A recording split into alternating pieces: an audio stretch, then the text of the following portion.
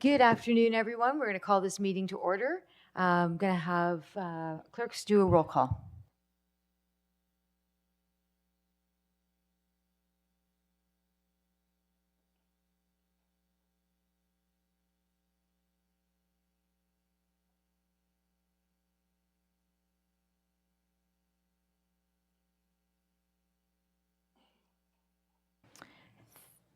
Thank you. Is there any declaration of pecuniary interest? Seeing none, I need a motion to adopt the minutes of the Transit Executive Committee for April the 3rd. Commissioner Brenner, Commissioner Gerard, any questions? Seeing none, all in favor? Thank you. And General Manager Holmes will have your report.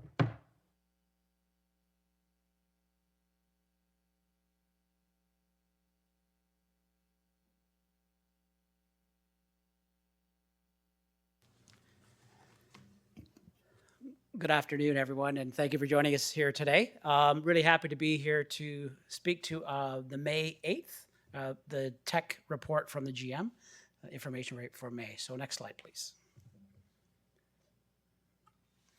So just a few highlights from March, and as you recall, it takes a little while for the data to flow through and the timing of getting prepared for tech. So we have our data through March and for March.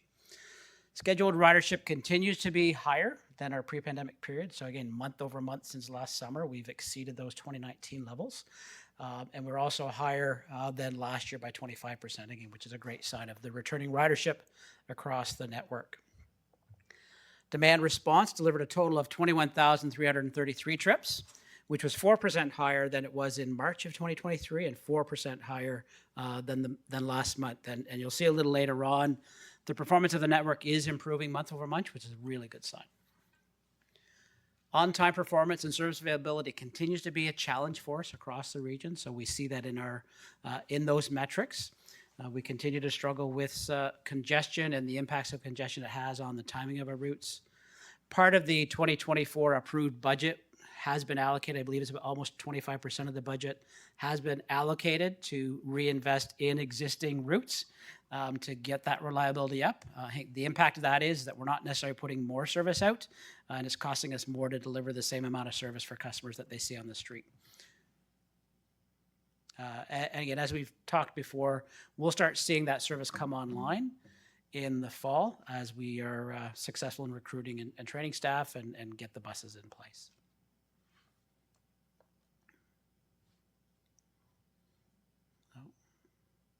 All right.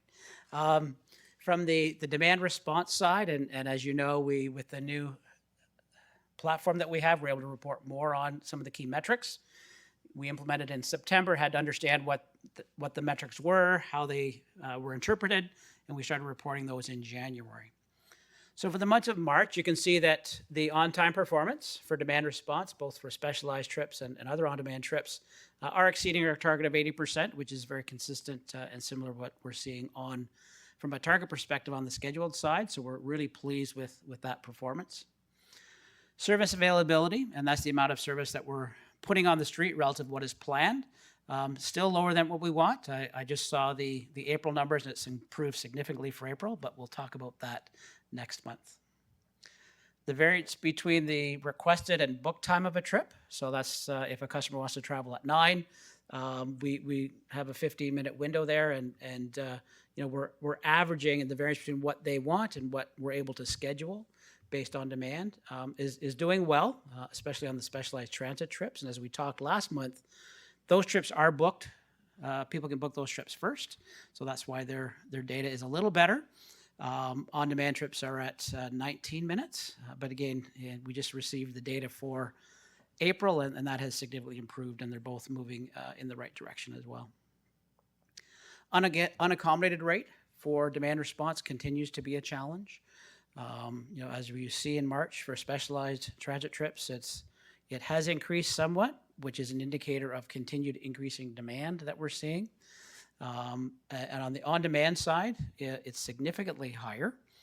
And as mentioned last month, that's a result of specialized trips being booked first. So the window opens up first for specialized trips, and then on-demand customers can then book basically the remainder of the capacity.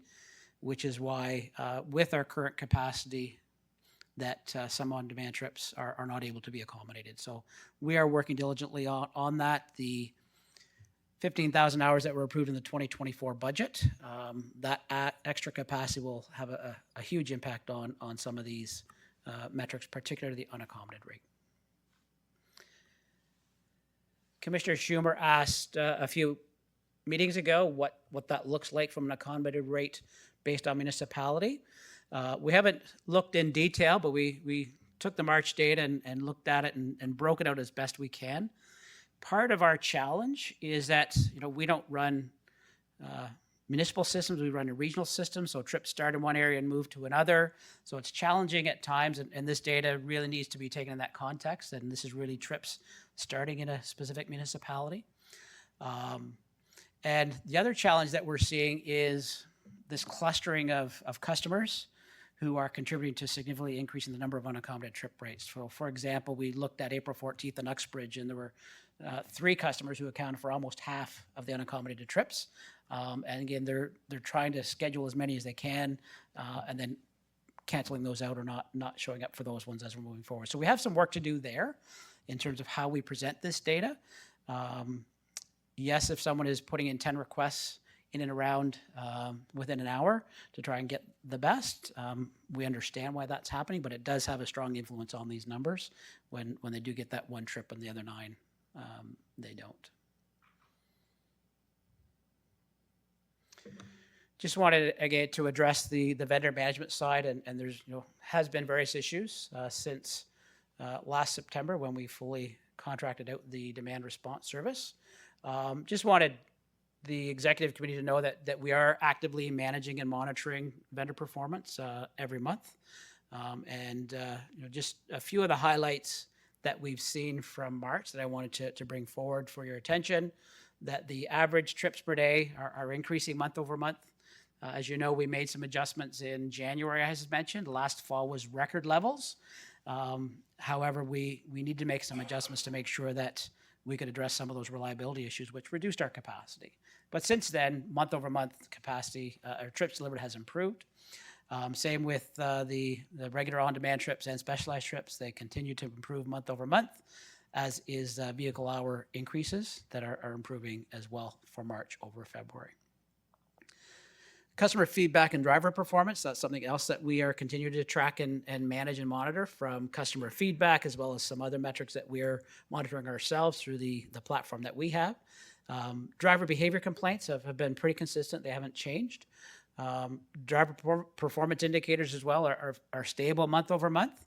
And sort of the driver support, one of the key feedback that we received from customers, particularly our specialized transit customers, that there was inconsistency in support between the vehicle and the house, as an example. And we've seen significant increases or decreases in those complaints, again, as the service matures moving forward. So a significant decrease in March. For updates, wanted to provide a quick update on our public information sessions that we held over the course of March and April, which were very successful.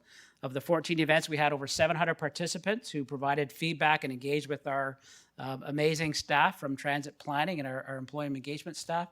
There were 5 key themes. I'm not going to talk about any specific local feedback about a local issue, but the 5 key themes that came out and that will be leveraged by staff to influence September service and our future service plans were around awareness. And as you likely know, customers continue to be unaware of what demand responsive services are available or what other services that we provide across the region. So that's a communication issue, and we're going to work diligently and continue to work diligently on what that can look like in the future.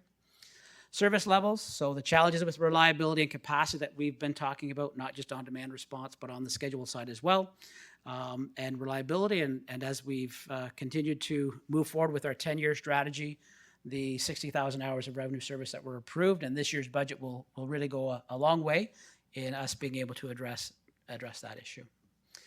Partners was another issue, and specifically those the connections with the GO train, and that's the issue that we've talked about before, just changing schedules and trying to align the timing of the GO train schedule announcements and what we need to do on our side so that we can mitigate the time or the mistransfers. So that continues to be a challenge for our customers, and we are working very well with our Metrolinx partners in trying to smooth that out. Growth areas and the need for more transit in growth areas, and as well. And it was something that was highlighted to me at a couple of the sessions from staff saying, we're actually getting people coming up and saying, hey, things are going really well and you're doing a great job and thank you very much. It was sort of one of the first in the series of PICs where people are now coming forward and acknowledging the work that staff are doing and how the network is advancing, regardless of the challenges that we face from time to time. So, we did as well, some PICs were attended at a much greater level than others. So it's really incumbent on us to look at how can we get the greatest value in terms of level of participation across the region. And so we're just kicking around ideas, particularly in the lakeshore municipalities. Where can we get the biggest bang for the buck in terms of the resources we have to get out there and speak to people? So before we launch the 2025 PIC series, we'll come back to you probably in January to say, here's what we're looking at and modifications that we're looking at to make it more effective and to gather more feedback. As you recall, the One Fare program was a very successful launch that came out of the Fare and Service Integration Table that the MTO was leading. We've been participating in that for a number of years, and this goes back probably 25 years, why are customers having to pay a double fare when they transfer between DRT and TTC or GO? So that program came out of the Fare and Service Integration Table successfully, so we're going to continue to monitor that. But I wanted to give you a quick highlight on how that is evolving with the MTO and what their focus is moving forward now from their priorities for 24 and 25. And there's three key priorities, one being fare integration and looking at those next steps, including options to harmonize concessions. I will say that across the 905 and TTC, our concessions and the definition of what those concessions are really consistent. The fare rates are different, but again, very different funding models across agencies. So that would be something that we would need to closely look at. But harmonizing fare concessions is pretty consistent. The other point that I forgot to mention is that the table is now expanded to all transit agencies across the Greater Gordon Horseshoe. So Niagara up to Grand River Transit and everywhere in between. So a lot more people at the table. It seems that MTO are, again, looking at how can we advance these fare integration, service integration discussions where it makes sense in the Greater Gordon Horseshoe.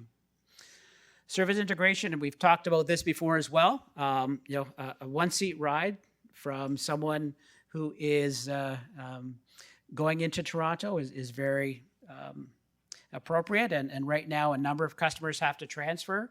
And if there's an empty bus going around, if in Toronto, for example, along Ellesmere, we have to operate closed doors. And if there's someone traveling within Toronto, we can't pick them up.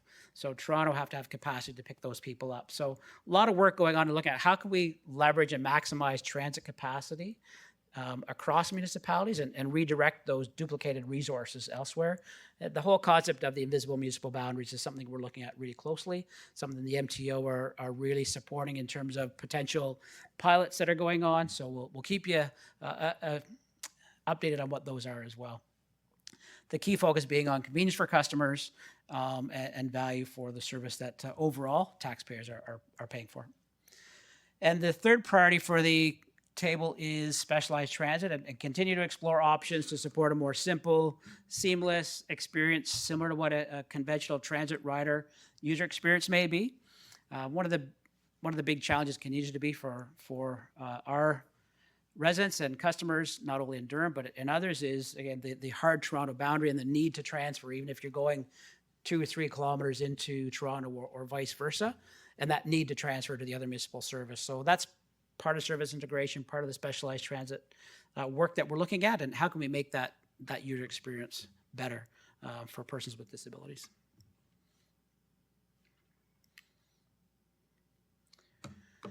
The 2024 Ontario Public Transit Association held its annual Transportation Expo in March, And really that's an opportunity for agencies across the province to come together and talk about key activities going on. And we're really pleased at the level of participation and requests that came to DRT and our staff to talk about our initiatives and our experiences and share those with the transit leaders from across Ontario. And I just wanted to share and thank Chris Hornberg, Nicole Lysett, Dave Margiotta, Jessica Gillies, and Zephy Osima Fakulati, who did exceptional work in presentations and discussions and sharing what's going on here in Durham with other leaders in the transit industry.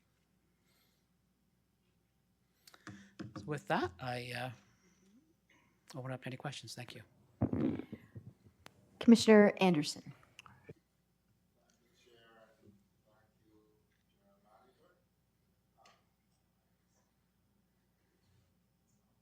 Is it? Yeah, it's right. Oh, okay, it's on now. Okay, thank you very much. Can you elaborate what specialized transit actually is? And then how does it work? So if I don't answer your question, let me know. Okay. So specialized transit, that is public transit service available to any person with a disability who's unable to use conventional service. So they're unable to use the regular service. The AODA came into effect on the integrated transportation standards a few years ago. So there's now eligibility criteria, and it really is all based on conventional service. And if someone can't use conventional service for a part of their trip or the entire part of their trip, then that's when they would be eligible for specialized transit. So it's a service that's provided from door to door. We provide a support from the vehicle to the first door that someone goes to. But from a principal perspective, the service is very similar to conventional service. It moves people from door to door. We operate and deliver the service. We do require our customers to be independent. So we offer that little bit of support from the door to the vehicle, et cetera. But customers need to be able to communicate if there's a challenge. They need to be able to get to the bus stops. They need to be able to let the driver know if there's an issue or a challenge. So they need to be able to pay a fare. So all those requirements for using this service, we expect people to be independent. And if they can't, the AODA provides for support persons that people can travel with free of charge that can provide those various supports, whether it's communication, medical support, et cetera. Okay, that helps. And the reason why I ask that question, you did receive an email from Councillor Wu and Mayor Foster recently I did. about a complaint.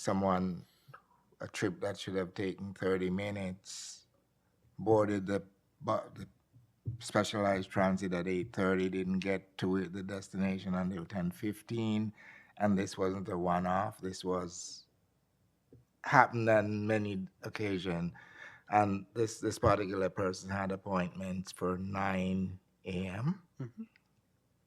So how do you explain that? How do I explain that to a resident? So what I failed to mention earlier is that it is a shared ride service. Public transportation is a shared ride service. It's not a direct necessary from my home to where I want to go, but we pick up people along the way who are going and need our service. So it's not always a direct ride. It's a shared ride service. Glad to talk to you about the specific issue offline with the individual. However, again, feedback that we receive sometimes is not always what the network says. So in this example, it was a 1.5 hour trip, but it was one, again, where the individual was picked up at their home. There were several pickups along the way, and then they were dropped off at their destination. That's how public transit works. That's how demand response works. I know there's been questions as well about where does the cab industry fit in here, and that's a great example that if someone's looking to travel from one point to another without sharing the service, and they want to get there, and that timing is critical for them, that's where the cab industry is very important to transportation, the transportation network. They provide a service over and above what public transit doesn't provide. So it's normal for a half-hour trip to take up to 2 or 3 hours? No, it's not. And again, in this situation, the information we received is not consistent with what the facts that we had. It was 1.5 hours, and that is part of our expectation because that can happen when, depending on how far you're traveling, how many people are being picked up or dropped off. We are clear in that it could take up to 1.5 hours, and you need to build that into your plan. So it is important for the customer to know, is it the drop-off that's the most important timing, or is it their pickup time that's most important? And as they're planning their trip, that's what they need to make sure they're scheduling accordingly. And if there's any concerns, they can always reach out to our customer information staff, and they can help them through that process in terms of, should I be looking at drop-off time as my priority or my pickup time? Okay. And the second question I have for you, I received another email just today. Is it normal for folks with disability to be dropped off at the nearest bus stop rather than at the destination which they are going to, whether it's home or an appointment, etc.? Is it normal for them to be just dropped off at the nearest bus stop?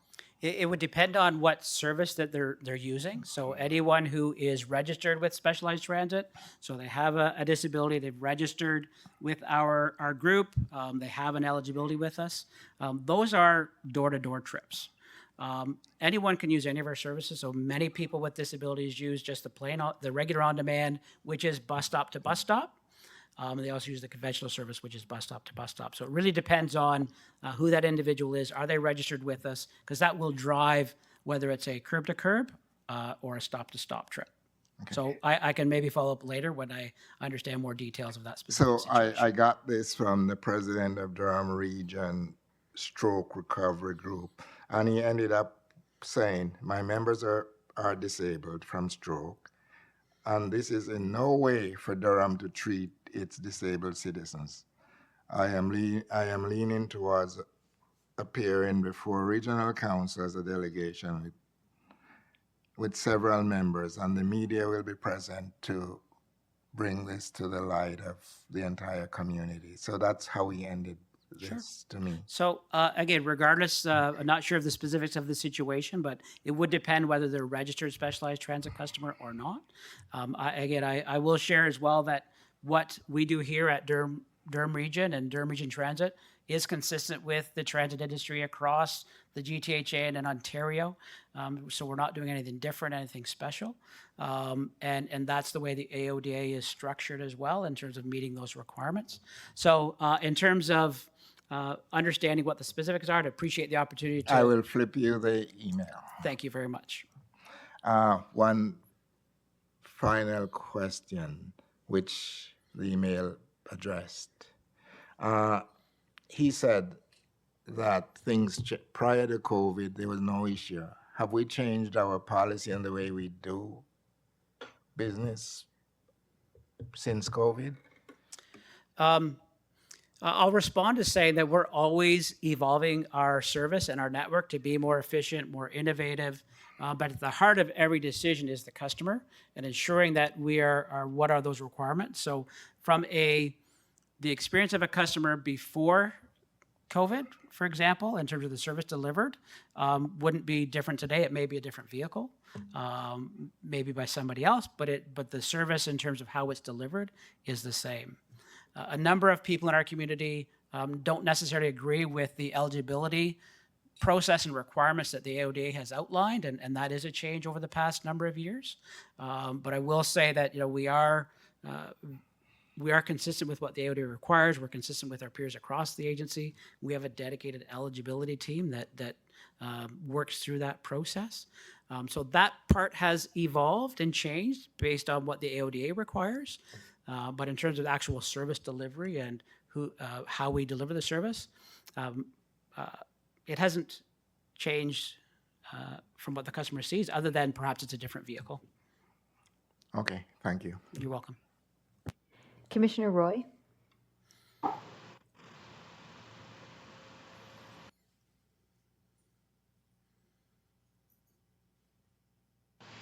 Can you hear me? Yes. Okay, perfect. So this is just a bigger picture for across the region. It does stem from conversations had with our economic development group, but we have all these large warehouses that are coming into place, and they're opening up with hundreds of employees. And in many cases, the employees are requiring one bus services. How are we adapting as these businesses are opening to look at that transit need further?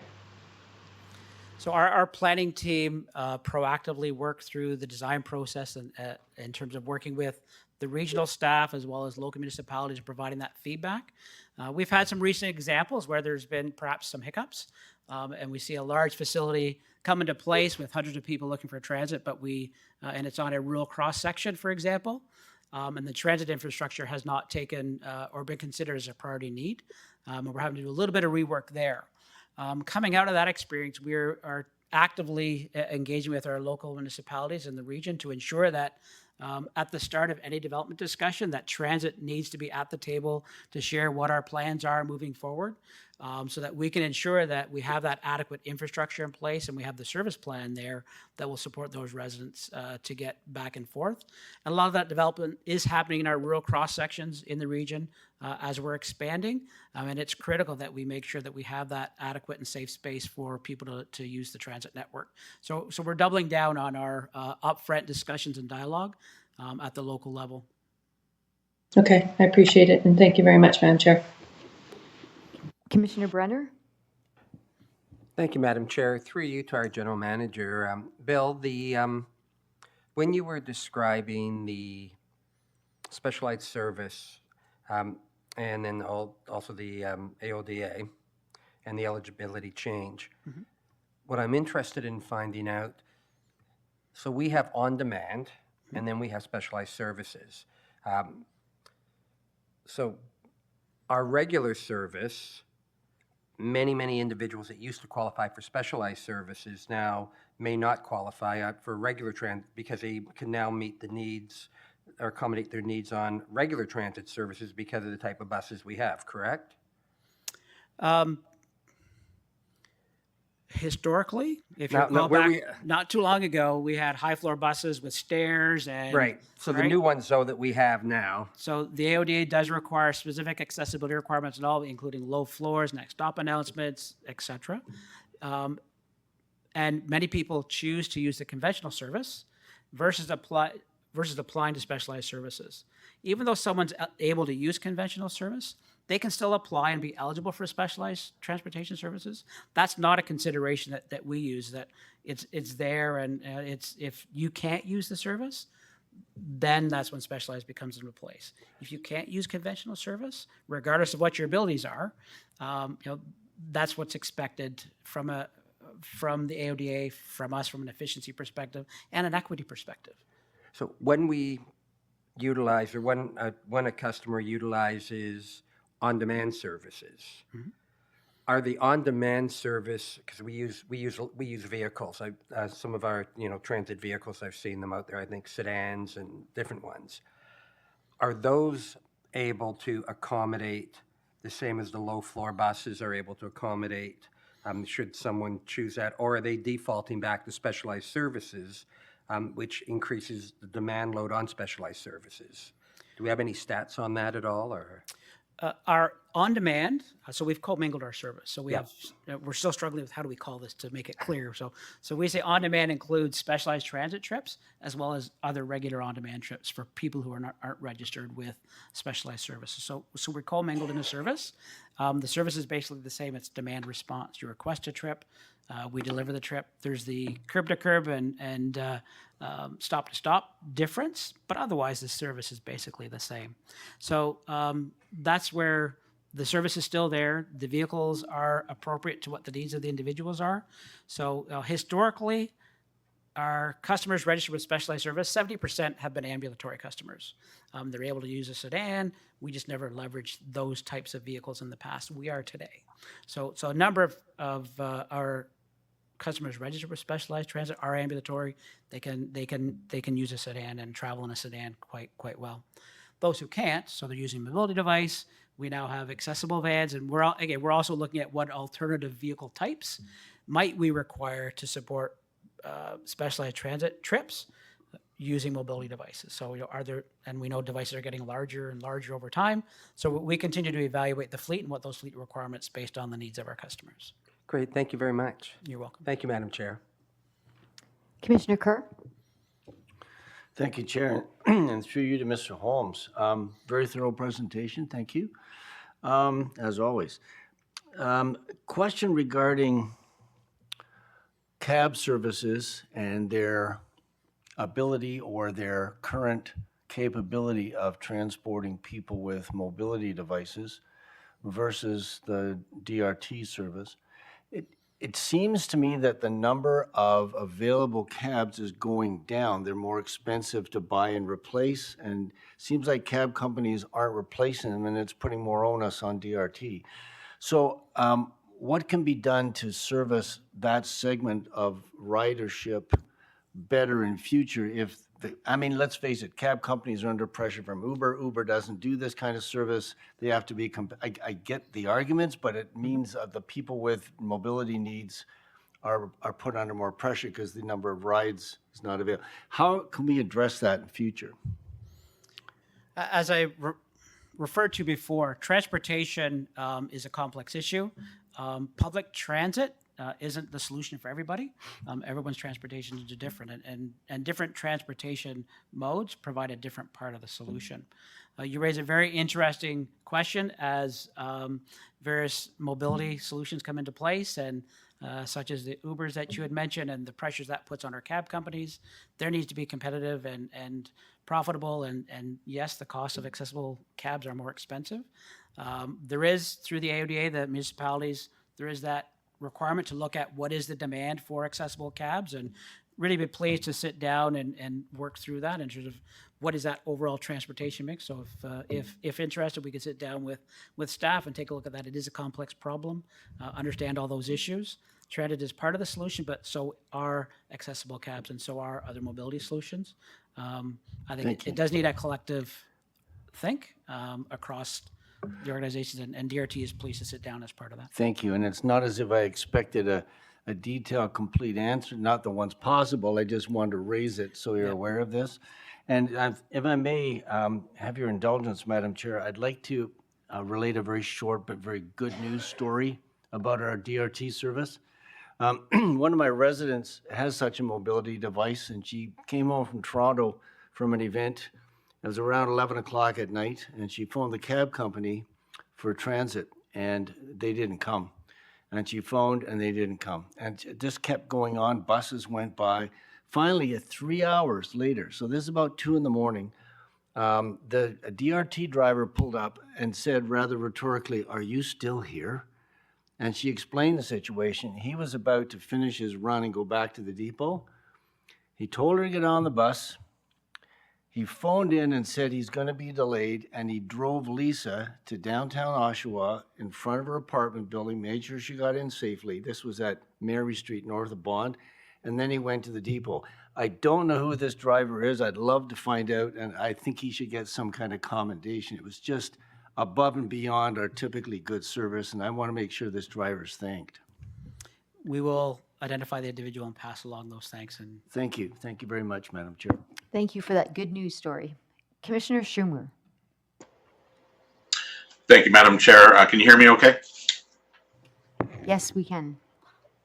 Okay, my camera may not be working, but I just wanted to, well, once again, I'll thank the general manager for the excellent report. And I guess I'm just following up on probably a question I asked last month. And it's just a follow-up to the timing for the implementation of the additional service hours for on-demand. And are we still looking at the fall for the implementation of that? through the chair, on the conventional side, the scheduled side of our service, because it is so regimented and from a communication perspective and planned with all of our staff, et cetera, we don't expect to see that until September, based on the logistics required to put that in place.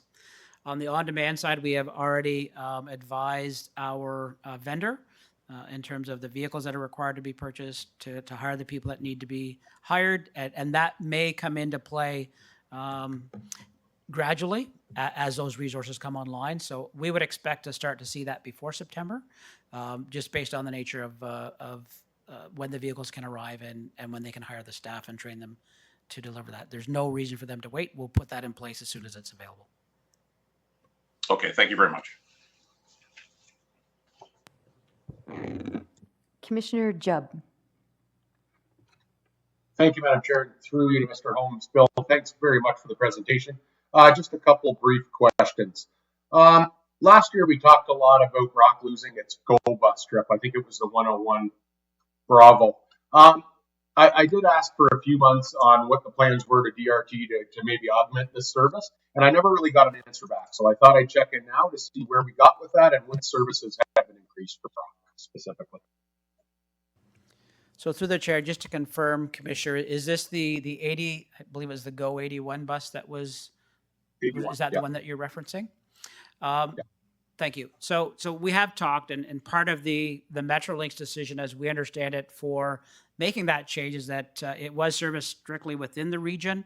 Metrolinx is an interregional carrier, so that was part of the argument for it. But the other part was very low ridership and the inability to sustain that route based on the level of ridership that they were experiencing. And the third point was that DRT does have public transit available across the region, including on-demand in the northern areas. We have talked about the capacity challenges and that reliability challenge, which we are addressing through this year's budget with the allocation of 15,000 hours and 7,000 directly related to the north, which will greatly improve reliability. We also talked about other services in the north, as you're aware, and people moving north up into Simcoe. And again, once we're crossing our municipal boundaries, we are looking for collaboration from the other municipalities, from Metrolinx. I know Metrolinx are at the table if we're ever looking at sort of going outside and moving north with service from Brock. They're at the table and they're committed to doing that. We haven't had the same level of participation or encouragement from our partners to the north, but that continues to be on the table if and when we're ready. In terms of replacement of the 81, again, I'll turn us to the service that we do provide on demand. We do recognize there is a capacity challenge, but through the annual budget process, we'll make a big step this year, and we'll see what next year's budget comes like in terms of capacity to move people down from Brock to connect to the 905 and make their way all the way down into Whitby GO, which is what the 81 used to do. Okay, thanks for that. I guess I'll just zero down specifically on your team was looking at possibly increasing services due to the loss of 81. So have we done that, and have we increased services with that loss? So the chair, we did increase on-demand levels in September. So as we transitioned over to the vendor and any excess, we were able to make some small adjustments there. The significant increases will come this year when there's 7,000 additional hours of capacity added, and Brock will see a good portion of that as well. And as in subsequent budgets as we're moving forward. So we'll continue to manage, and you see now we have the data in terms of unaccommodated rate, on-time performance, service availability. So we'll keep moving those towards our targets to get to the point where, again, our customers' runs can rely on us at all times. We know we have some work to do, and really pleased that our 10-year plan, and specifically the 2024 budget, has significant service increases that will enable us to move that forward. So we did a small increase. There'll be more coming starting this year. Okay, thanks for that. And that is welcoming news for sure. During the PIC at Fisher's Independent, I know it was promoted to use on demand to get out there. And that morning I got overwhelmed with people. There was no rides available. And I'll be quite brutally honest, Bill, as regional councillor, I do try to get a ride every day on the app just to test the system. And I'm unsuccessful now for almost 3 months. So the on-demand system is definitely not working well at all in Brock. And like I said, that's brutally honest. With that said, I know there's resources coming. What would it take to bring back a trial? As you know, our population's exploding like everywhere else. To bring back a scheduled bus. Brock's the only municipality out of all of us in Durham without a scheduled service, either Metrolinx or DRT. What would a pilot program to bring a scheduled service back to connect Uxbridge and Port Perry, what would that look like, and how do we go about trying? I'll use our most recent example in Uxbridge, where we recently launched the 605, I believe, the 605 within Uxbridge, as a result of on-demand ridership reaching those targets that we had talked about. And that's the way the network has been designed, is in low ridership, low density areas, we start with on-demand to generate that ridership. And as we reach those levels, that then gets replaced with conventional service and it continues to grow from there. So that's what we've done so far. That's the way the network is designed to grow as we're moving to these low ridership areas. Gladly take off, and our planners aren't here now, but gladly talk with them about your comment regarding what would it take, and provide you with an answer after tech in the next week or two.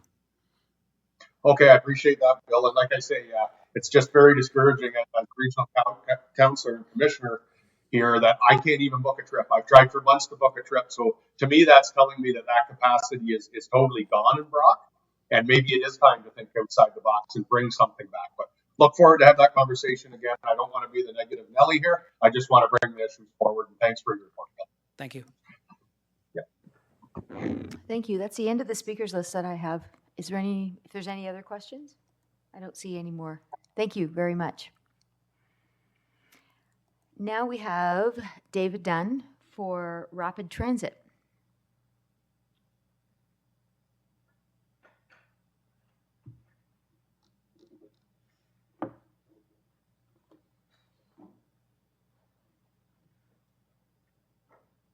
Good afternoon.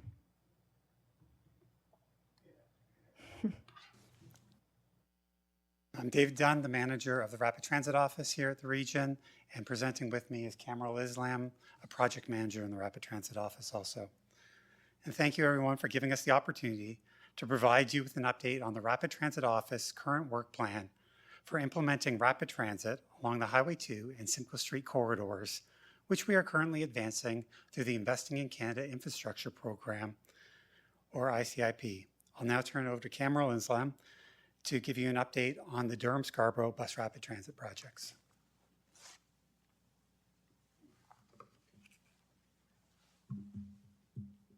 Thank you, David.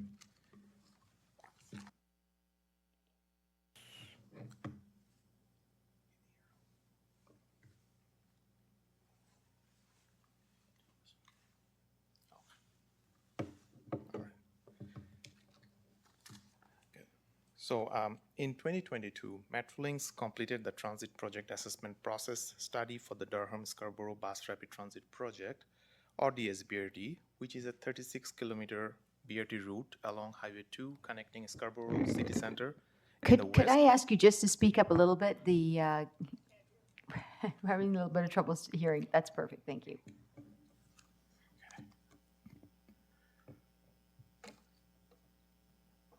So I'll start from the beginning. In 2022, Metrolinx completed the Transit Project Assessment Process study for the Durham-Scarborough Bus Rapid Transit Project, or DSBRT, which is 36-kilometer BRT route along Highway 2, connecting Scarborough City Centre in the west to downtown Oshawa in the east in Durham region. Since the completion of the TPAP, Metrolinx has been finalizing both an addendum for the connection to Scarborough Subway and the preliminary design business case, or PDBC.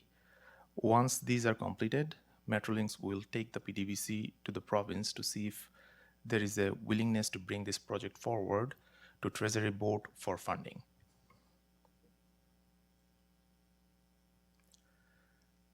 DSBRT cross-sections.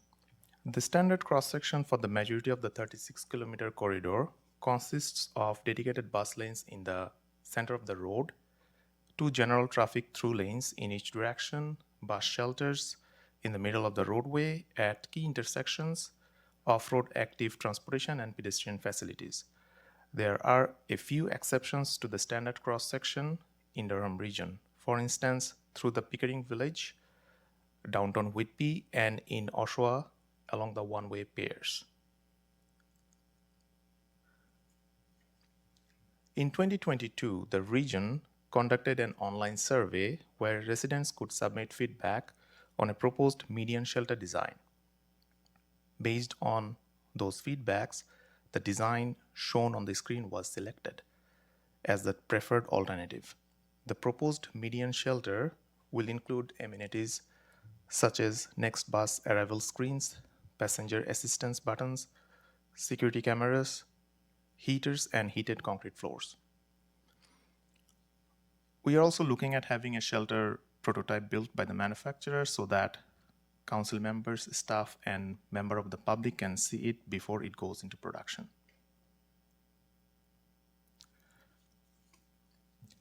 Through the Investing in Canada Infrastructure Program, ICIP, Durham Region is planning to advance phase 1 of the DSBRT project through key segments in Pickering, Ajax, and Whitby.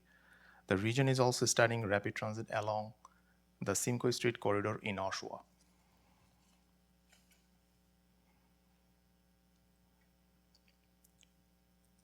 Over the last couple of years, the region's Rapid Transit Office has been advancing the proposed BRT project along the Highway 2 corridor. In this time, we have completed required property acquisitions, advanced utility relocations, and detailed design. The primary outstanding issue for us is to perform First Nations consultations. Our office is committed to undertaking meaningful consultations and working with our First Nations communities as partners. As this is a new process for us, there will be certain learning curves and lessons learned that we will be able to carry forward to future projects to avoid delays. We are grateful to the First Nations communities for collaborating with us to improve the overall quality of the BRT projects. With these consultation timelines in mind, we currently anticipate the following construction timelines for Pickering. Dixie to Bainbridge construction is starting in 2025. Steeple Hill to Meriton construction starting in 2025. Meriton to Dixie construction start in 2027.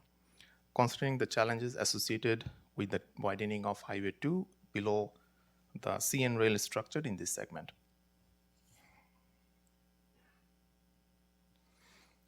Similar to the projects in Pickering, the current projects in Ajax and Whitby are being delayed due to the ongoing First Nations consultations.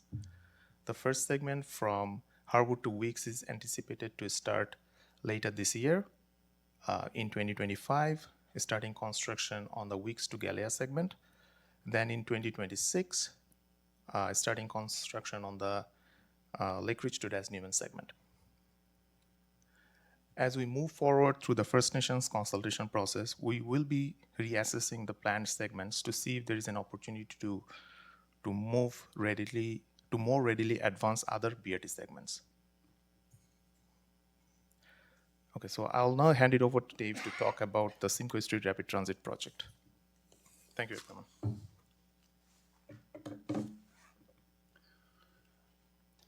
So in line with Metrolink's 2041 Regional Transportation Plan, where Simcoe Street is identified as a BRT or LRT corridor, and the region's Transportation Master Plan, where it's identified to remove 2 existing lanes of general traffic for dedicated bus-only lanes, extending from the 407 down to the proposed Central Oshawa GO station.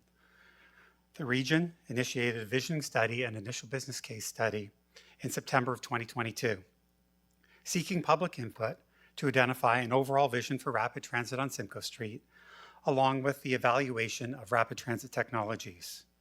For the study, we are using a 2051 time horizon. This helps ensures that the planning and design of the system takes into account the future development plans of the corridor. Based on comments we heard from our very first Public Information Center, the study limits were extended down to Lakeview Park. So why Simcoe Street? The corridor itself is set to undergo significant intensification, including the proposed major transit station area around the future Central Oshawa GO station, identified intensified areas around Taunton Road, and the continued expansion of the Ontario Tech campus. One of the key objectives of rapid transit is connecting people to destinations. In addition to those destinations I just noted, this corridor also connects Lakeview Park, downtown Oshawa, Lake Ridge Health Hospital, Durham College, Trent University, 4 of the regional priority neighborhoods, and the future 407 Transit Way. With the future planned intensifications, we need to get a greater percentage of people out of their cars and into transit. Planning for both the MTSA and GO stations have already factored in this modal shift into their parking requirements. So looking at the specific corridor characteristics, within 1 kilometer of Simcoe Street are 51% of the jobs in Oshawa and 42% of the population. So there's a real opportunity here to connect people to employment. The corridor itself has a higher unemployment rate and lower income than the rest of Oshawa and Durham region itself. We also see significantly more people renting along this corridor versus elsewhere in the region. As housing and vehicle costs continue to climb, there will be even greater reliance for transit from the residents along this corridor versus elsewhere in the region. We know that the secret to getting more people taking transit is to provide a fast and reliable service. We saw this on our Kingston Road BRT route, where within the first 5 years of service, there was a 50% increase in transit ridership along the route. Simcoe Street is a busy transit route. In 2022, we saw daily ridership of approximately 8,200 on weekdays and 7,700 on weekends. This was already 100% of the pre-pandemic levels on weekdays and 140% on weekends. Translating this over a year, and we're at about 2.5 million passengers per year in 2022. If we look out to 2051, which is our time horizon for the study, initial modeling tells us that if we do continue to do business as usual, that is, continue to run buses in mixed traffic, we will see around 7.3 to 9.5 million riders per year on this route. While this is an impressive number of riders, if we provide dedicated transit infrastructure, which provides a faster, more reliable service, this ridership almost doubles to 4.2 to 17.5 million passengers per year. For a dedicated BRT system, this would give an average increase of 7.3 million passengers per year and remove 1.8 million kilometers traveled per automobile. It's generally accepted that for every dollar invested in rapid transit generates $4 to $5 in economic returns and 50,000 jobs per billion invested. With project costs anticipated to be at least $500 million, we would be looking at economic returns north of $2 billion and over 25,000 jobs. The increase in demand due to providing fast and reliable service also attracts development along rapid transit corridors. We see this on Kingston Road, where developers are identifying the DSBRT as a key selling feature. Real estate values along rapid transit corridors generally see property increases of around 2% for single family residential and upwards of 40% for multifamily properties. Developments along rapid transit corridors have reduced parking requirements due to a greater modal split towards transit. As construction costs now exceed $100,000 per parking space, rapid transit provides a significant savings for developers. So some examples where we've seen economic benefits from the implementation of rapid transit systems. So in Cleveland, which has a similar sized population as the city of Oshawa, 10 years after the completion of their BRT system, they saw $9.5 billion in development along the corridor, which gave a staggering rate of return of $190 per dollar invested, and it completely revitalized the corridor. In Waterloo, after the construction of their LRT system, they saw significantly more development occurring along the rapid transit corridor versus the rest of the region, and had a rate of return of $4.2 per dollar invested. It's not just at-grade rapid transit projects that see these benefits. 10 years after the city of Portland opened their aerial cable car system, they saw a complete revitalization of their waterfront with over $1 billion in investment. Now, onto the specific rapid transit options that were evaluated for Simcoe Street. The at-grade options we looked at included BRT and LRT, both under a 4-lane configuration where we would convert an existing general purpose traffic lane to a dedicated transit lane, in line with the recommendations of the TMP, and a 6-lane configuration where the roadway would be widened to accommodate additional transit lanes. Knowing that there would be potentially significant impacts from both the widening of the existing roadway or taking an existing lane, we wanted to think outside the box and evaluate alternative options where we could maintain the existing traffic lanes and still provide a fast and reliable transit service. This is where we included the aerial transit solutions of a cable car and a monorail. The criteria to which these options are evaluated against was established through the public consultation process and is shown on the right side of the slide. The first thing we looked at is the feasibility of constructing these options. Based on a preliminary analysis, widening the roadway out to 6 lanes anywhere south of Conlin Road was ruled out due to the severe detrimental impacts on the adjacent properties. When comparing BRT and LRT 4-lane options, both offer similar benefits. However, the LRT is significantly more expensive, along with the fact that ridership levels on the corridor can be met with a BRT system. For these reasons, an LRT system was ruled out. Similarly, when comparing the aerial options, the cable car offers similar benefits to the monorail at a fraction of the cost. So again, we ruled out the monorail. At this point, we'll be carrying forward both the 4-lane BRT option and the aerial cable car option for further evaluation through a feasibility study. Comments we've heard through the public consultation are generally supportive of both options, with some concerns over property impacts and infiltration on the BRT option and privacy concern with the cable car option. So if we look at the advantages and disadvantages of the BRT system, it is the least expensive of all the rapid transit options for capital construction costs. Local buses that only use Simcoe Street for short segments can take advantage of the dedicated BRT lanes. When comparing BRT to cable car, the at-grade stations are easier to access versus the cable car stations, which are typically at a 2nd or 3rd story height. Literature shows that getting people out of cars and into buses has an overall improvement on the safety of a roadway. And with our center median BRT stations, we're able to provide near-level boarding to improve accessibility and boarding times. The disadvantages of a BRT is that the construction of any at-grade option, especially in a constrained corridor such as Simcoe Street, creates disruption during construction. And the construction for a BRT system is longer than the other options at approximately 7 to 8 years. We know that removing a lane of general traffic would lead to increased traffic congestion on Simcoe Street and the surrounding road network. And even by taking an existing lane, there is still road widening required, and the BRT system has the biggest footprint and the biggest property impacts. The aerial cable car, the advantages are the cable car system has the shortest construction time frame at around 4 to 5 years, and as much of the system is built off-site and simply brought on and assembled, it helps minimize the disruption during construction.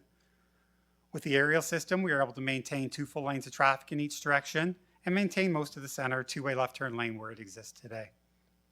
One of the big advantages of a cable car system is that the cabins are continually arriving. During peak periods, we would be expecting to have cabins come by every 20 seconds and every minute during non-peak periods. So there's no need to plan your trip even during non-peak times. We can adjust the system capacity with the push of a button. So if Oshawa is holding a weekend event and transit starts getting congested, it just takes the push of a button to increase the overall system capacity. We talked about improving bus safety over driving. The cable car is even significantly safer than buses, as you've removed all the interaction and conflict points with other vehicles. The entire system will be accessible with level boarding cabins that can come to a stop as they pass through the stations if required. The disadvantages, however, are that the system is located on a 2nd or 3rd story height and requires the use of stairs or an elevator to access. It has a slower operating speed than the BRT option. However, this can be more than offset by the reduced wait times for the cabins. And we've heard at our PICs that there's challenges for people who are afraid of heights and privacy concerns for those who live along the corridor. So some examples of urban cable cars used elsewhere in the world. The one that most people are probably familiar with is the Roosevelt Island Tramway in New York City, which opened in 1976 and moves over 2 million people per year. In La Paz, Bolivia, they started building cable cars in 2012 and now have the world's largest network and can move over 500,000 people per day on their cable car systems. Medellin, Colombia built their first cable car in 2004 and now have 6 lines, with the latest built in 2021. In France, they just recently opened up a cable car system in Toulouse and are building another one in Paris, which is similar to what we are proposing, and it's expected to open in 2025. And both Los Angeles and Burnaby are advancing their respective cable car systems, with construction anticipated in the near future. So moving forward, we're currently advancing the feasibility studies for both the BRT and the cable car options. Once these studies are complete, we'll be taking a recommendation of preferred rapid transit technology to both Oshawa Council and Regional Committee of the Whole later this year in the fall. And then following that, we will begin an EA, or a transit and rail project assessment process. Questions? Thank you. Commissioner Brunner. Thank you, Madam Chair, and thank you to very futuristic, enlightening presentation, especially on cable car. I've got a couple of questions that I did want to ask you from the presentation, and focusing first on the Pickering site that you identified. And the first one being, so the anticipated start date for part of it is 2025. Yes. And that would exclude the section, I think, which was around Dixie, and I think that's because of is it because of the tunneling at the rail area? Is that the problem that we're facing? Yes, through the chair, yes. It's the CN rails. Takes a little longer to coordinate. We're still working with CN on an acceptable solution before we can begin that detailed design. So what we don't know is the anticipated timelines, or maybe I missed it, for actual completion. And the reason I'm asking that question is that the segment of roadway on Kingston Road that we're talking about, and you know, we can, Ajax and Whitby get into it as well, but in terms of Pickering, the congestion that's already there today during the construction phases, how are we going to move vehicles that are currently congested on Kingston Road? I'm not suggesting that the project isn't needed, but I'm very concerned, and residents are very concerned. We don't have very many options to be able to move that traffic, especially during rush hour. Yeah, so through the chair, we will try to stage construction so that we maintain 2 lanes of traffic in the peak period. That's typically written into most of our construction projects, but understandably, there is going to be some pain as we build any at-grade option, as I had alluded to on Simcoe Street, but we will do our best to minimize that disruption. In areas where we've already widened the roadway, so where there is current BRT lanes, that pain is a lot less because it's a lot easier to maintain those existing lanes because the road's already been widened for the ultimate configuration. Actually, you got into my second question when you were talking about Simcoe Street. The difference on Simcoe Street, as I understand it, with one of the options being looked at being the cable car, the disruption to traffic is minimal compared to the BRT. Correct. I said any kind of construction is going to give disruption to people. So Now, I recall it many years back that a monorail concept was out there for consideration along the Kingston Road corridor. Were there reasons why we abandoned that, or Metrolinx abandoned that idea? And the only reason I'm asking is because of the impact, but also the fact that when we talk about being able to move, and I think the example you gave in terms of several million customers in some of the example areas, I was curious why that came off the table along Kingston Road. So through the chair, we looked at an LRT option and a BRT option. We did not look at a monorail option for Kingston Road. And the difference between the LRT and the BRT, it came down to costs and the fact that the projected ridership could be handled through a BRT system. Was there a reason we didn't look at the monorail? And again, I have no idea if it could work or not work, but I'm curious. It was not even considered through the study evaluation that we looked at. For any specific reason, or? It was not brought to the table at the time. So that's the only reason it didn't get to the table. Yeah, and with I mean, knowing how we've gone through that whole study and what the outcomes were, it would still, even if we had looked at that as an option, BRT still would have been the final solution. That's fair. In terms of the disruption of the traffic, and you were saying the goal is to try and keep 2 lanes open in each direction, or During peak periods, yes. are we considering that during peak periods, rotating where instead of having 2 lanes open on each side, that having 3 lanes on the rush hour side and 1 lane on the non-rush hour side? Typically, we wouldn't be able to do that. The concern comes at the intersections where we're trying to build the median stations. So Understood. because of the construction of the median stations themselves, it doesn't give us that opportunity to have 3 lanes in a peak period, in peak direction. Thank you very much. Thank you, Madam Chair. Commissioner Kerr. Thank you, Chair, and through you to Mr. Dunn. Good afternoon, always a pleasure. There was some presentation on the Pickering BRT and the Ajax-Whitby BRT, but nothing on the Oshawa BRT, rather the Simcoe Transit Corridor. At this time, are you able to give us any kind of an update on the Oshawa BRT? So through the chair, any areas outside of what we are currently constructing, so there are segments in Pickering, Ajax, and Whitby also that we are not building as part of our Investing in Canada infrastructure program. Those segments are still anticipated to be constructed by Metrolinx and would follow Metrolinx timelines. So currently, Metrolinx is completing the preliminary design business case, which they're expecting to have finalized by summertime. And then it's up to Metrolinx or the province to take that preliminary design business case to Treasury Board to seek funding for it. So I always like to use the ballpark scenario. When might the Oshawa downtown and through there to Ritson and so forth, when might that project come forward within like a 1 to 2 year frame? I'm just trying to get an idea how it's going to impact our downtown in Oshawa. So through the chair, I don't have any exact timing on that.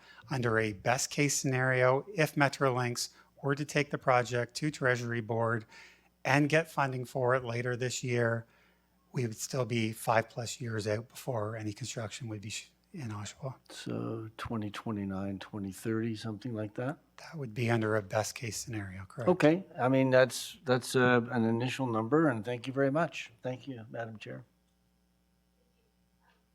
My question would be, once that Treasury Board has approved it, how fast does TEC get to see it then after that? I mean, assuming we're all still here in 5 years.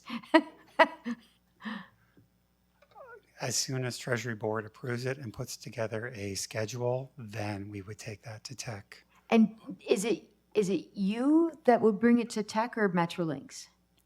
As in BRT or Metrolinx? I think it would depend partially on how it was being funded, who was going to be delivering it. So I would presume it'd probably be a joint presentation between us and Metrolinx, but we're kind of jumping ahead here because we don't know. Given the Metrolinx timelines, you might be more than 5 years. Just saying. I said under a best case scenario. Under best case scenario. My question, I don't have any, I'm the last person on the list. My question is the section obviously through Ajax, the piece that is still being under consideration with the Indigenous group. Is there, if I had it my way, and I think we sort of kind of talked about this, moving that section up to the Westney Heights to the Harwood section, just to get the whole thing done. Like, I realize it would be a nightmare of construction there, but I would rather deal with a one-time nightmare of construction than, getting one section done and then breathing and then have to go through it again. I just know that the Westney Heights construction originally was a nightmare.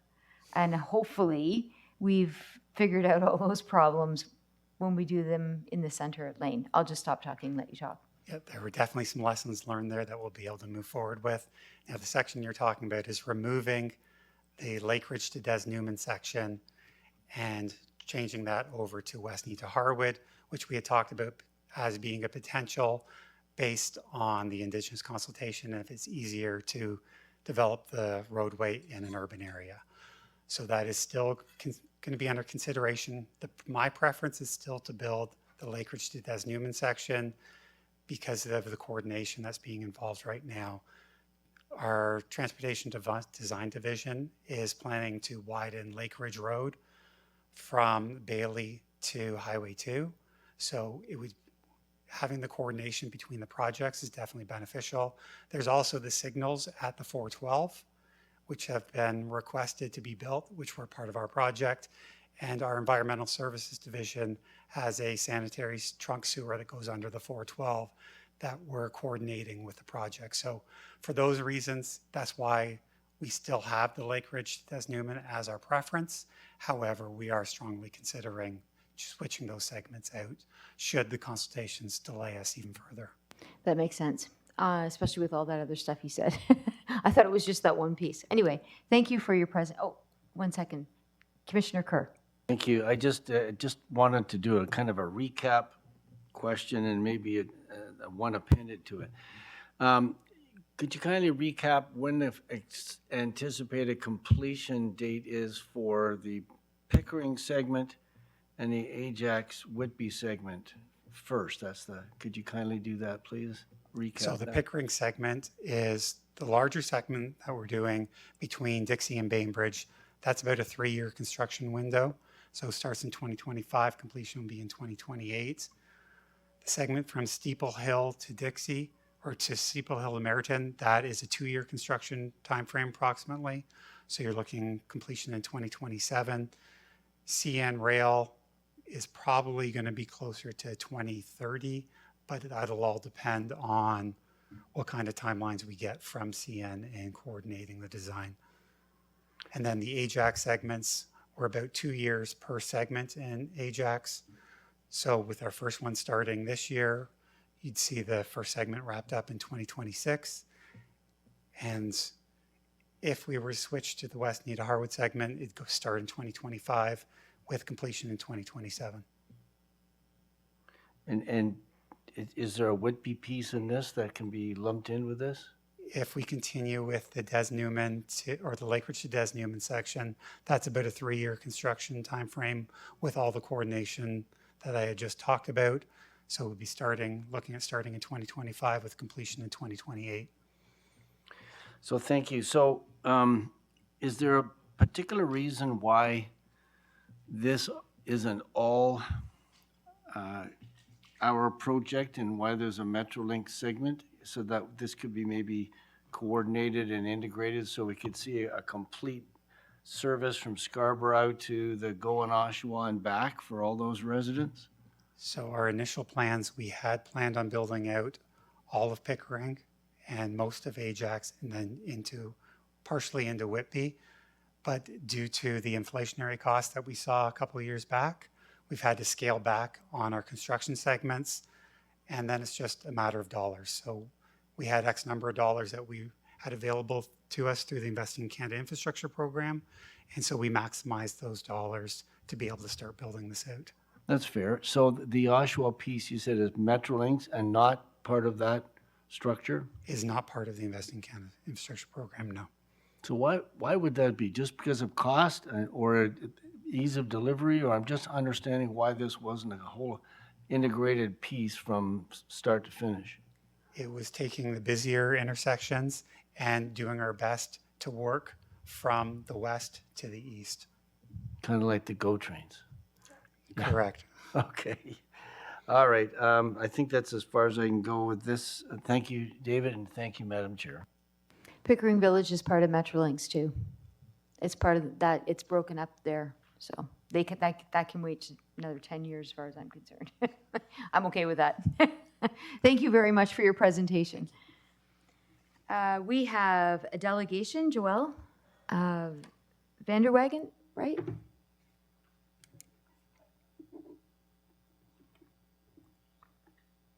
Thank you for coming this afternoon. Hello. I'm here again. Can you get closer to your mic? sorry. There you go, Yeah. perfect, thank you. I'm here again with more suggestions for improving Durham Transit. At the last meeting, I talked about the need for continuous service on the major arterials so people know where they're going. But today I want to focus on the bus terminal located on the southeast side of the Oshawa Center. I don't know how many of you are familiar with that. It's a major destination point for routes all over the city. The problem is this transit center has only minimal facilities, and it's not very hospitable to riders. Now, I've given you a paper presentation submission which has more details, so I'll just try to hit the highlights in my 5 minutes. Okay, the terminal is a large concrete crescent around which buses arrive and depart. There's some glass shelters with benches, but it's all kind of walled off from direct entrance to the mall. There's no real integration with the mall. Except there's a ramp leading to the food court up north, and if you want, you can walk across the parking lot to the south end of the mall. But there's no signs in the transit center pointing to those entrances. There's no signs of any kind. When I used the transit center for the first time, I didn't know where to stand for my bus. I saw it arrive on the other side of the crescent, and I had to make a run for it.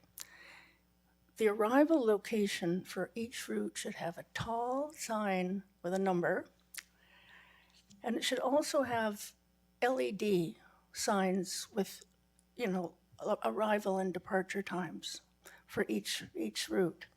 This is standard in other terminals and around the world.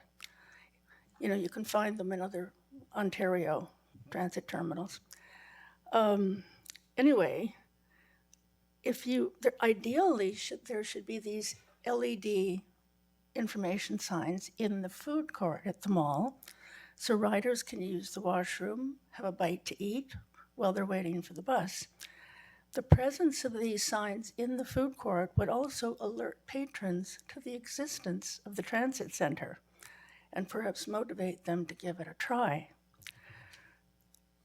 Okay, so as I said, framing the bus, the transit center, is bare concrete walls that should be used to display information, like the fare structure, where can you get access to Presto card machines, the customer service center number, maps of the transit routes, and of course the location of the food court and washrooms.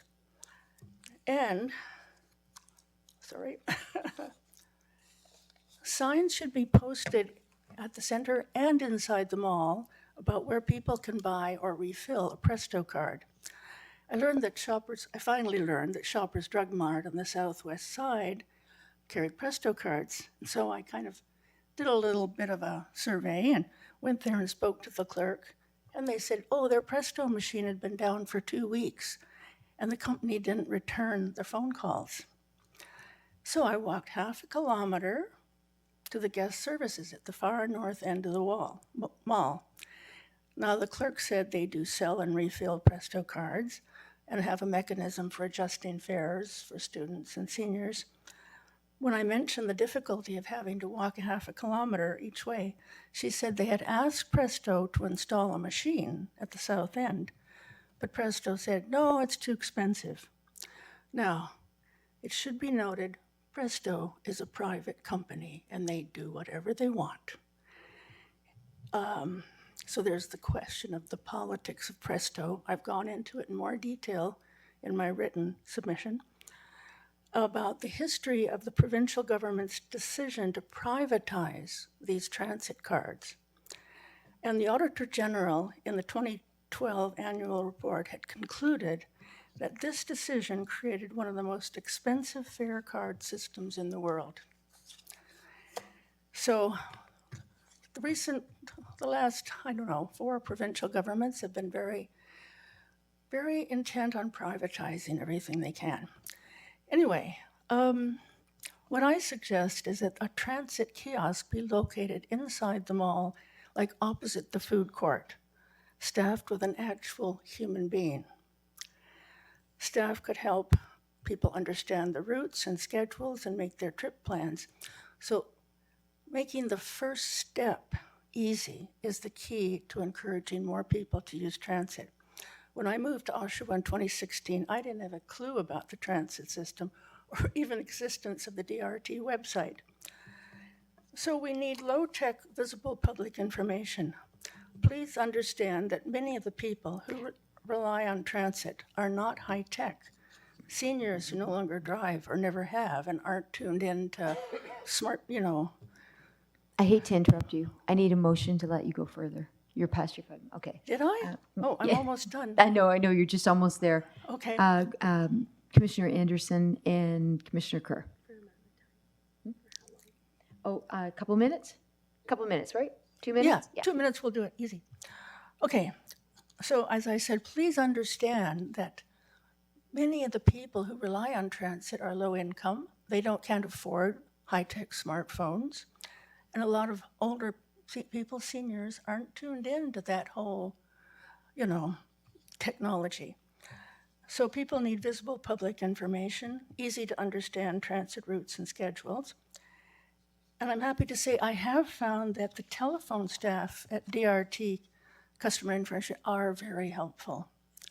Anyway, in terms of implementing this, I visited the administration office at the Oshawa Centre to ask for information about the mall, such as the fact that they have 9 million visitors a year. And while I was there, I happened to have the opportunity to speak with the operations manager, Craig Walsh. Had a big discussion with him about all these things, and he was very interested. And I said, I hope the Durham Region representative could work with the Oshawa Centre to improve the terminal and to better integrate transit into the operation of the mall. And he said they would be happy to discuss these things with the region. So, Chair Henry, go have a meeting with Craig Walsh. I think we might suggest it would really, really good if the Oshawa Centre would donate space for a kiosk in the middle and maybe even provide a customer service representative because they have a customer service center at the far north end, but they could do with one in the middle who could also provide, anyway. So, like the Oshawa Mall Transit Center is a really important terminal. And I've had friends who are, from other parts of Ontario saying it's the most primitive transit terminal they've ever seen in Ontario. Anyway, at some point, I just want to make a quick, when it's appropriate, a quick point about the stations for a gondola. Anyway, so that's it. Thank you. Thank you. General Manager Holmes, would you like to respond at all? No? No? Okay. Is there any questions at all to the presenter? Oh. Commissioner Watton. Thank you very much, Joelle. I just have, first of all, I think you make some fabulous suggestions to how we could better partner and coordinate with the development of a transit station at the Oshawa Centre. I wonder if, you've presented several times now, I know, and I would ask that, have you presented in writing to General Manager Holmes or the group? Can you hear me? I didn't quite understand what you just said, that last sentence. I just wondered if you had this discussion with General Manager Holmes on how to better. My who? With General Manager Holmes. Oh, no, not yet. Had a conversation with him about how to better improve it, because I think you have some fabulous ideas, but I'm not sure, to your point, if it is and maybe Mr. Holmes has to answer this, is whether it is up to Durham Region to go to the Oshawa Centre people, or if the Oshawa Centre people should come forward to the Durham Region people. Well, my sense. And you mentioned someone, I think it was Craig Walsh or somebody. Yeah, it was so operation I think manager. You know better than I. Well, I would think that the region needs to take the initiative, and I was suggesting that John Henry take the initiative, go down and meet with Craig Walsh. Okay, so if I may, Madam Chair, could I direct a question just to General Manager Holmes to ask if that is something that has been done, given that we've had several presentations on this? Thank you, Commissioner. And through the chair, we work very closely with our friends at the Oshawa Center who we lease space from in terms of supporting not only the Presto at the Customer Service Center, but also in leveraging using their space, their terminal. So we don't own that space. It's Oshawa Center space. The other part, so happy to have discussions with them regarding future. I will say that and we've talked about how the transit network is evolving, growing. We have the Lakeshore East, which is coming along. We have the Simcoe Rapid Transit Corridor coming in, and we're looking at our entire network. So there's a future view lens that we're also applying to this in terms of what's the network going to look like in 3 to 5 years as Lakeshore East is coming online and other infrastructure in regards to the Oshawa Center. That's something that already exists. It doesn't require any shovels in the ground or. I understand. It's already there. It just needs to be. So just from our perspective of improved. planning and investment of resources, we're looking at that 3 to 5 year time frame and what's going to make sense given how public transit is evolving in the region. So happy to have a discussion with them, which we'll do in regards to the space and what other amenities that perhaps they can afford to us and provide to us. So we'd be happy to have that discussion. From our perspective, we're looking at that longer term lens as well. What makes sense from an investment perspective, given where we may be in 3 to 5 years from a service perspective. But yes, we gladly do that. Get them to pay for a lot of it because they have 9 million customers a year. And their parking lots are full. So anyway, may I make a comment about the cable system? Just a brief one. Oh, sorry. Commissioner Watton, are you done? I'm fine. Okay. I'll take that and I'll discuss further perhaps with Mr. Holmes. Thank you. Thank you. Commissioner Kerr. Thank you, Chair. Well, I'll indulge you on that. Joelle, have you a question about the cable system that you might want to comment on? I'll state my question in the form of a fact, which is to please be aware that if you have a service that's above ground, like a cable, as he said, you have to provide access 2 or 3 stories station with elevators because they have to be accessible. Now, that's very expensive if you consider the distance between stops. Stops should be no more than 500 meters at the most. And these stations, from what the pictures I've seen, are very cumbersome. And so are you going to site these stations at the proper distance so that they're actually accessible? I just want to quickly say that in my background, that in Toronto, the original TTC stations were an average of 500 meters apart, which is accessible. But when they started building them much later, like from Eglinton North and then across Shepherd, they started putting the stations 2 kilometers apart. That's because they started building really expensive stations. Oh, and they wanted to save money. But that means a whole kilometer of people who have no access to the service. So just be aware of the cost of these above ground stations with elevators and the need to have them located so that they're accessible to everybody. Okay, thank you. Thank you. Thank for you. that And feedback. my second question, the one I was actually going to ask you, does it seem, did I hear you correctly that the Presto kiosk and the access to tickets in the Oshawa Center is at the north end of the mall, not the south end? It's in the north end in the customer service. Now, supposedly, Shoppers Drug Mart has one. And, there's no sign in these. Sorry, are they in the south end? They're in the south end, kind of Okay. on the other side. But when I went there, they said, oh, our machine's been shut down for 2 weeks and they won't answer our, so that's an issue with Presto. Okay, so I guess my concern was, I don't think I quite fully understood. I thought the ticket information was in the north end, but all the transit people are in the south, and I wondered why there wasn't a hub down there. You're saying there is, but it's been out of service for 2 No, weeks? no, no, a hub is different from a Presto machine. Okay, A hub would be, like I say, a kiosk where you can get information, somebody's staff said. So now you'd have to go all the way a half a kilometer north to the guest services. So there should be something centrally, like across from the food so court. does that seem curious to you, that the north end isn't where the bus transit users are, the south end is, but that's not where the hub is? That seems You mean curious to you? the customer service, you mean? Yeah. Yeah, So you that's- think it should be in Well, the we south need end? some kind of a kiosk in centrally or in the south closer. Okay. I just wanted to make sure that. Yeah, no, just- I mean, honestly, it doesn't really work for a lot of riders.